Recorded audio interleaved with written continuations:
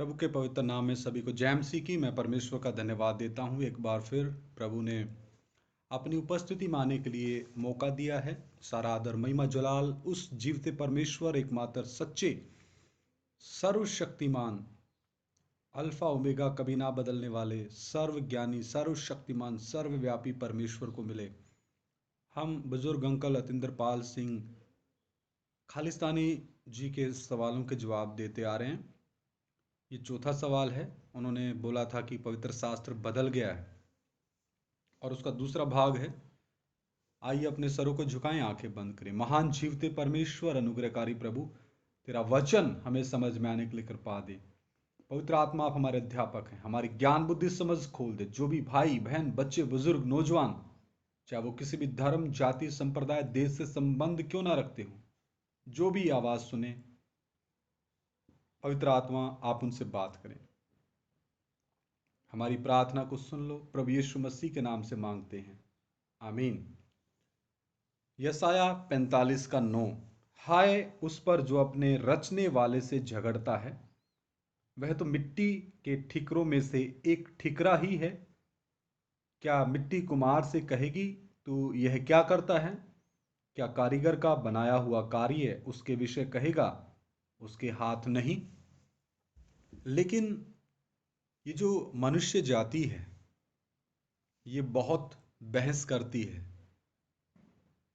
जो एक मिट्टी का ठिकरा मानिंद है, जिसको बनाने वाला परमपिता परमेश्वर एक अवधि और अनंतकालीन कुम्हार के तौर पे उसने अपने स्वरूप और समानता में आदम को बनाया, मिट्टी से बनाया, और उसके नथनों में जीवन का श्वास फूंका और आदम जीवित प्राणी हो गया।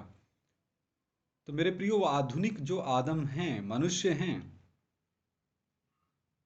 उनको बहुत हिम्मत आ जाती है कि अपने बनाने वाले कुम्हार से सवाल जवाब करने की, झगड़ने की।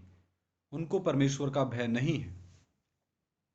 फिर कहते हैं कि बाइबल बदल गई है, परमेश्वर का वचन बदल गया है। वो हैं ही पहले निर्बुद्धि, और भी अंधकार की शक्तियां उनको अंधकार की निर्बुद्धि पन में और बढ़ा देती है। निर्बुद्धि तो वो पहले ही थे, लेकिन और अधिक अंधकार की शक्तियों के वश में रहते हुए, परमेश्वर से नफरत और घृणा करते हुए, परमेश्वर के वचन के ऊपर शक रखते हुए जब वो अपने जीवन में आगे चलते हैं, तो वो और भी निर्बुद्धि होते जाते हैं। लेकिन वो अपनी दृष्टि में बहुत बुद्धिमान हैं, लेकिन परमेश्वर की दृष्टि में मूर्ख हैं। 45, यसाया 45 का 5, 6, 7 भी पढ़ता हूं। मैं यहोवा हूं और दूसरा कोई नहीं, मुझे छोड़ कोई परमेश्वर नहीं। यद्यपि तू मुझे नहीं जानता, तो भी मैं तेरी कमर कसूंगा, जिससे उद्याचल से लेकर अस्ताचल तक लोग जान लें। तो मेरा सवाल, परमेश्वर की प्रजा कौन है? उद्याचल से लेकर अस्ताचल तक इस पृथ्वी पर रहने वाले तमाम लोग परमेश्वर ने रचे हैं। उनके आत्मा प्राण शरीरों को बनाने वाला परमेश्वर खुद है, जिससे उद्याचल से लेकर अस्ताचल तक लोग जान लें कि मुझ बिना कोई है ही नहीं। मैं यहोवा हूं और दूसरा कोई नहीं। मैं उजियाले का बनाने वाला और अंधियारे का सृजनहार हूं। मैं शांति का दाता और विपत्ति को रचता हूं। मैं यहोवा ही इन सबों का करता हूं। हे आकाश, ऊपर से धर्म बरसा, आकाश मंडल से धर्म की वर्षा हो। पृथ्वी खुले कि उद्धार उत्पन्न हो, और धर्म भी उसके संग उगाए। मैं यहोवा ही ने इसे उत्पन्न किया है। 5, 6, 7 तक पढ़ना था, मैंने 8 आयत भी पढ़ दिया, प्रभु का धन्यवाद हो, लेकिन ये विषय में शामिल नहीं है। तो यहाँ पे उद्याचल से अस्ताचल तक के लोग परमेश्वर के हैं। तो फिर कैसे कोई हिंदुस्तानी भाई या बहन, चाहे वो किसी भी धर्म, जाति, बिरादरी से संबंध क्यों ना रखता हो, वो कैसे कह सकता है कि प्रभु यीशु मसीह तो सिर्फ इजरायलियों का ही खुदा था या है? नहीं, प्रभु यीशु मसीह एकमात्र सच्चा परमेश्वर है, और उद्याचल से अस्ताचल तक जो पृथ्वी पर रहने वाले लोग सब उसने बनाए हैं, और वो ही एकमात्र सच्चा परमेश्वर है। यशायाह 44 का 24-25 भी मैं पढ़ना चाहूंगा। यशायाह 44 का 24-25, यहोवा तेरा उद्धार करता जो तुझे गर्भ ही से बनाता आया है। तो बुजुर्ग अंकल जी, आपको माँ के गर्भ में प्रभु यीशु मसीह ने ही बनाया। आप इसको माने तो आपका फायदा है, अन्यथा आपकी आजाद मर्जी आपके पास है। पूरा वचन पढ़ता हूँ। यूं कहता है, मैं यहोवा ही सबका बनाने वाला हूँ, जिसने अकेले ही आकाश को ताना और पृथ्वी को अपनी ही शक्ति से फैलाया है। मैं झूठे लोगों के कहे हुए चिन्हों को व्यर्थ कर देता और भावी कहने वालों को बावला कर देता हूँ। मैं बुद्धिमानों को पीछे हटा देता और उनकी पंडिताई को मूर्खता बनाता हूँ। तो यदि कोई मनुष्य अपने आप में ज़्यादा बुद्धिमान बनता है तो परमेश्वर उनको पीछे हटा देता है, और यदि कोई ज़्यादा ही अपने आप को शास्त्री, फरीसी, सदुकी, पंडिताई के तौर पे, ब्राह्मण के तौर पे, या ज्ञानी के तौर पे, या मुझसे उत्तम कोई है ही नहीं, ऐसा करके कोई मनुष्य सोचता है, तो परमेश्वर उसकी या उनकी पंडिताई को मूर्खता बना देता है। परमेश्वर का वचन कितना स्पष्ट है। यशायाह 44 का 6 भी मैं पढ़ना चाहूंगा। यशायाह 44 का 6, यहोवा जो इज़राइल का राजा है, अर्थात सेनाओं का यहोवा जो उसका छुड़ाने वाला है, वह यूं कहता है, मैं सबसे पहला हूं। बुजुर्ग अंकल जी, प्रभु यीशु मसीह सबसे पहले हैं, इसलिए वो परमेश्वर हैं। वो अल्फा और ओमेगा हैं, और मैं ही अंत तक रहूंगा, और अंत तक भी प्रभु यीशु मसीह ही रहेंगे। तो प्रभु यीशु मसीह ही शुरुआत है, प्रभु यीशु मसीह ही अंत तक रहने वाले हैं। मुझे छोड़ कोई परमेश्वर है ही नहीं।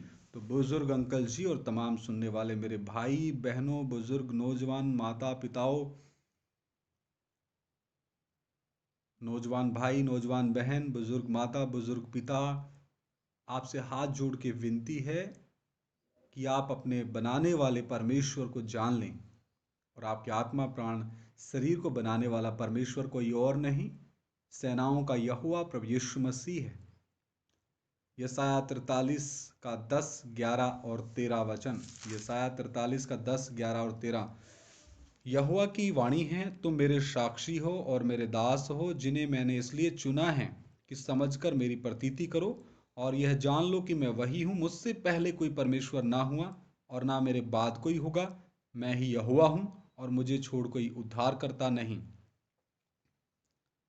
13 वचन, मैं ही परमेश्वर हूँ और भविष्य में भी मैं ही हूँ, मेरे हाथ से कोई छुड़ा ना सकेगा।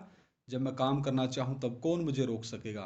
तो बुजुर्ग अंकल जी, प्रभु यीशु मसीह भविष्य में भी परमेश्वर हैं, शुरुआत में भी परमेश्वर हैं, भूतकाल में भी परमेश्वर हैं, वर्तमान काल में भी परमेश्वर हैं, भविष्य काल में भी परमेश्वर हैं। तो उनके हाथ से कोई नहीं छुड़ा सकता। लेकिन एक मौका आपके पास है, यदि आप उनको अपना प्रभु, मुक्तिदाता, उद्धारकर्ता करके ग्रहण करते हैं, अपने पापों को मान लेते हैं, मन फिराते हैं, अपने बुरे रास्तों से मुड़ते हैं और सच्चा पश्चाताप करते हैं, तो प्रभु आपको उद्धार देने के लिए तैयार है। यशायाह 42 का 5, परमेश्वर जो आकाश का सृजने और तानने वाला है, जो उपज सहित पृथ्वी का फैलाने वाला है, और उस पर के लोगों को सांस और उस पर के चलने वालों को आत्मा देने वाला यहोवा है, वह यों कहता है। तो बुजुर्ग अंकल जी, प्रभु यीशु मसीह ने आकाश को बनाया, उसको ताना, पृथ्वी को बनाया, पृथ्वी के ऊपर फसल उत्पादन करने की शक्ति और सामर्थ्य परमेश्वर ने दी, और उस पर के लोगों को, यानी आपको भी मुझे भी सांसें दी जिनके द्वारा हम जीवित हैं, आत्मा दिया जिसके द्वारा हम जीवित हैं, और उद्धार के लिए अपने आप को भी आपके और मेरे पापों के लिए बलिदान कर दिया। इससे बढ़कर और आपको क्या चाहिए। यशायाह 41 का 4 और 5 भी मैं पढ़ना चाहूंगा। किसने यह काम किया और आदि से पीढ़ियों को बुलाता आया है। मैं यहोवा जो सबसे पहला और अंत के समय रहूंगा, मैं वही हूँ। द्वीप देखकर डरते हैं, पृथ्वी के दूर देश कांप उठे और निकट आ गए हैं। जब द्वीप डरते हैं परमेश्वर से, पृथ्वी के दूर देश कांप उठते हैं और वो परमेश्वर के निकट आ गए हैं, तो फिर आपको परमेश्वर के निकट आने से कौन रोक रहा है। स्पष्ट तौर पे मैं बताता हूं, इस संसार का ईश्वर आपको रोकता है, जिसने आपको बंधनों में डाल के रखा है, जिसने आपको इस संसार के कर्म कांडों में बांध के रखा है, जिसने आपकी बुद्धि को अंधा करके रखा है, वो संसार का ईश्वर आपको सच्चे परमेश्वर के नजदीक नहीं आने देता। तो इस आवाज को जब आप सुन रहे हैं, अपने बीते समय और इतनी लंबी उम्र जो आपने जी है प्रभु के फजल से, आपको परमेश्वर ने इतनी सांसें अभी तक दी हैं, जीवित रखा है ताकि आप अनंत काल का जीवन पाएं। तो आप अपने जीवन का विश्लेषण करके देखें तर्कशील दिमाग से कि आपने अपने जीवन के इतने साल व्यर्थ गंवा दिए, बर्बाद कर दिए।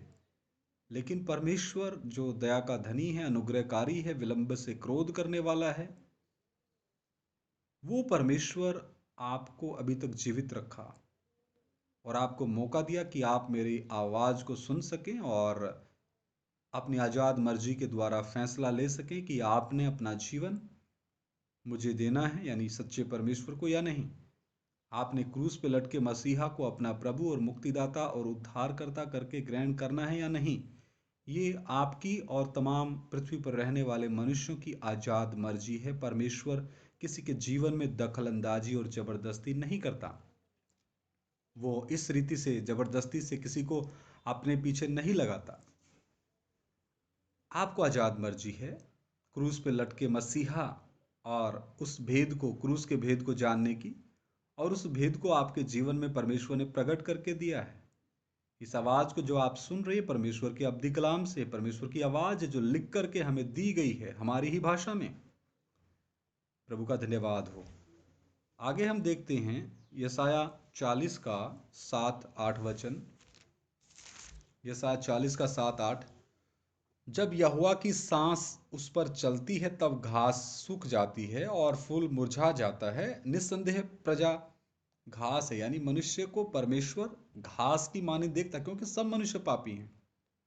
घास तो सूख जाती और फूल मुरझा जाता है, परंतु हमारे परमेश्वर का वचन सदैव अटल रहेगा। जिस वचन के बारे में आप चिल्ला चिल्ला कर बोल रहे हैं कि ये बदल गया है, ये बदल गया है, ये बदल गया है, जबकि वो आपका भ्रम है, वो आपका अंधकार में पड़े हुए इंसान की बुद्धि की सोच है। लेकिन परमेश्वर का वचन क्या कहता है? परमेश्वर का वचन सदैव अटल रहेगा, ये बदलता नहीं है। किसी मनुष्य में इतनी शक्ति और ताकत नहीं है कि परमेश्वर के वचन में कुछ मिलावट करे या घटाए या बढ़ाए। अगर वो ऐसा करता है तो परमेश्वर की अब्दी सजा का वो हकदार बनता है। तो ऐसा करने की हिमाकत कोई नहीं कर सकता। यशाया 40 का 17 वचन। यशाया नबी की किताब 40 का 17 वचन। सारी जातियां उसके सामने कुछ नहीं। किसके सामने? परमेश्वर के सामने। वे उसकी दृष्टि में लेस और शून्य से भी घट ठहरी हैं। सारी जातियां इस पृथ्वी की शून्य मानिंद हैं। किसके सामने? परमेश्वर के सामने। 22 और 23 वचन। यह वह है कौन? परमेश्वर, जो पृथ्वी के घेरे के ऊपर आकाश मंडल पर विराजमान हैं और पृथ्वी के रहने वाले टिड्डी के तुल्य है। यानी परमेश्वर कहाँ रहता है?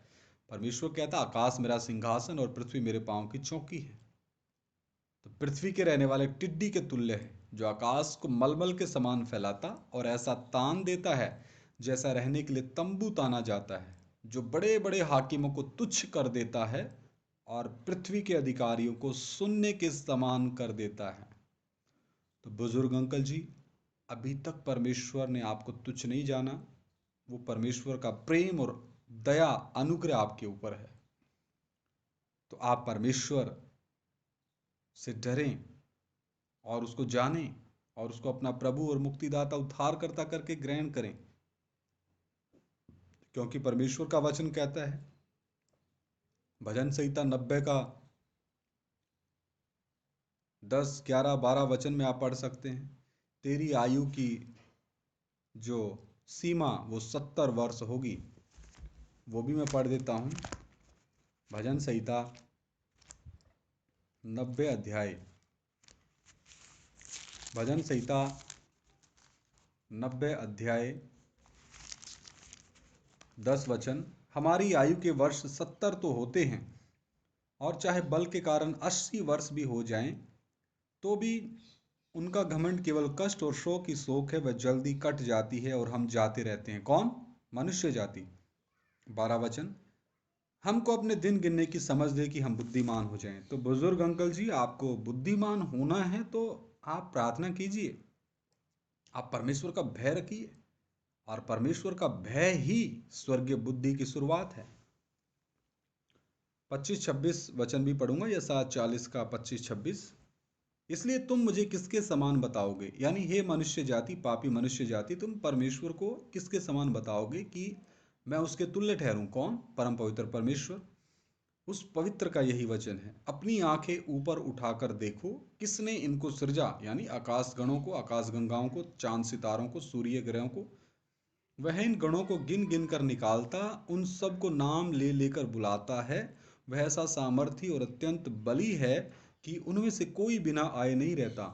तो परमेश्वर का हुक्म ये आकाश गंगाओं के हाकिम सरदार जो ठहरा रखे हैं वो भी मानते हैं, लेकिन सबसे श्रेष्ठ जो रचना है मनुष्य जाति, जिसको परमेश्वर ने अपना स्वरूप और अपना समानता दिया, वो अपने बनाने वाले को भूल चुके हैं।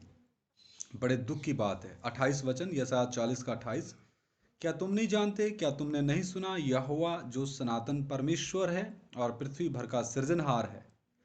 तो सनातन कौन है? कोई धर्म नहीं, क्योंकि परमेश्वर ने कोई धर्म नहीं बनाए।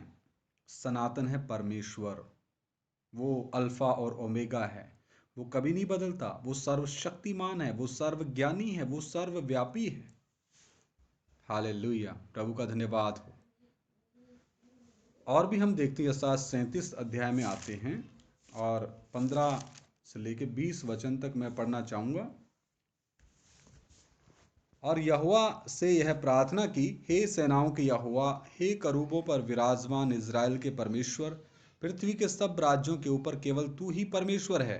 अब बताएं बुजुर्ग अंकल जी, वचन क्या कहता है? पृथ्वी के सब राज्यों के ऊपर केवल तू ही परमेश्वर है। कौन? सेनाओं का यहोवा, प्रभु यीशु मसीह। आकाश और पृथ्वी को तू ही ने बनाया। तो जिसने आकाश और पृथ्वी को बनाया वही तो परमेश्वर है। और उसी परमेश्वर के बारे में तो मैं इतने दिनों से आपसे परमेश्वर के अब्दी कलाम, परमेश्वर के सदा ठहरने वाले वचन में से जवाब देता आ रहा हूं।